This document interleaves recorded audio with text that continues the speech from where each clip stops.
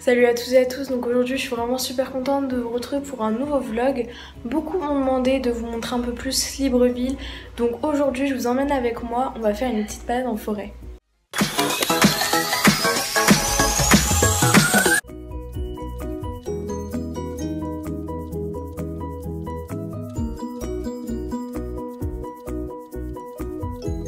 Elle était appelée l'arboretum, plutôt la forêt classée de la Manda. C'est rien qu'en 2012, par décret présidentiel, qu'elle fut maintenant appelée Arboretum Raponda Walker. Pourquoi Raponda Walker? Parce que cet illustre fils que vous voyez, c'est le premier prêtre romain catholique, donc gabonais. C'est le premier savant aussi gabonais. Il a été prêtre, donc missionnaire. Il a sillonné le pays. Et à l'intérieur, il ne s'est pas seulement appesanti sur Dieu, mais par contre sur l'étude des plantes, donc la botanique. C'est le père de la botanique, d'où son nom. Donc je vais vous faire découvrir un peu ce qu'il nous a laissé comme héritage. Donc la principale essence ici, c'est le koumé.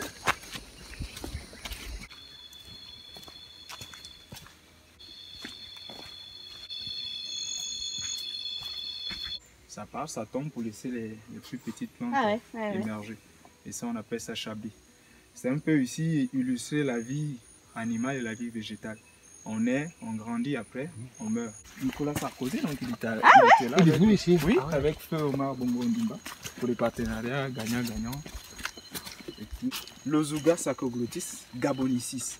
Donc l'Ozuga, c'est une plante, donc c'est une formation végétale très prisée par les éléphants et nous aussi les hommes. 368 fruits en un repas.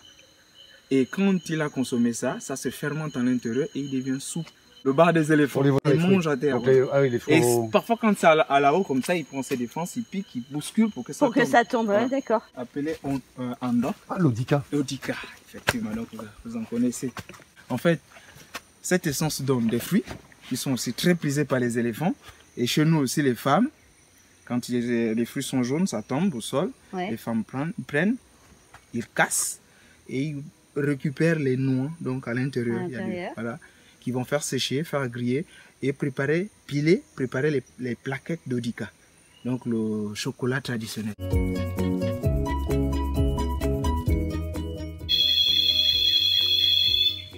est pas loin. En fait, ça fait de la résine comme, tu vas voir comment ça sent.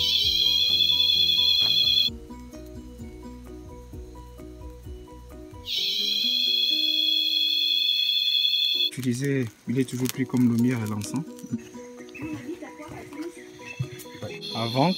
Avant l'arrivée de la tôle, c'est ce qu'on utilisait pour les toitures. Ouais. Ah ouais. Il suffit de prendre 4 ou 5 et puis c'est tranquille. De les mettre les unes au-dessus des autres. Lui, on l'appelle l'azobé, c'est le bois fer. Le bois fer, tellement il est dur, il est tellement dur.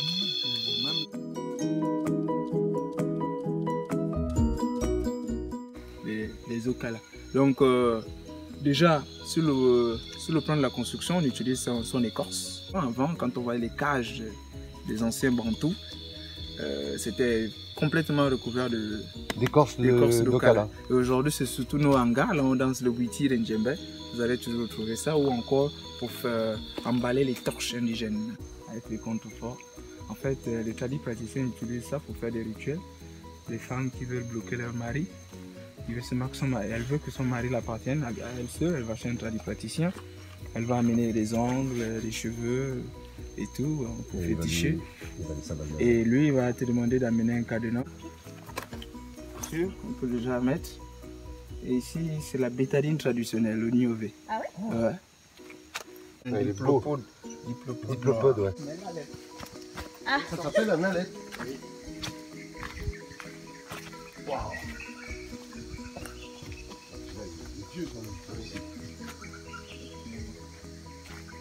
Il a pratiquement 100, on dirait entre 102 ans, 103 ans.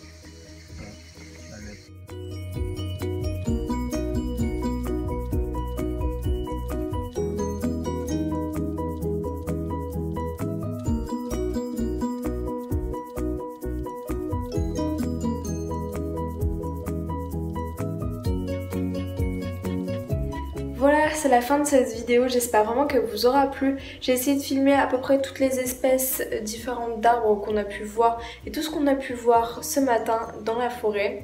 Si vous avez des idées de vidéos que vous voudriez voir sur ma chaîne, je me ferai un plaisir de les faire, donc n'hésitez pas à me les dire en commentaire, à vous abonner si le concept de ma chaîne vous plaît et à bientôt.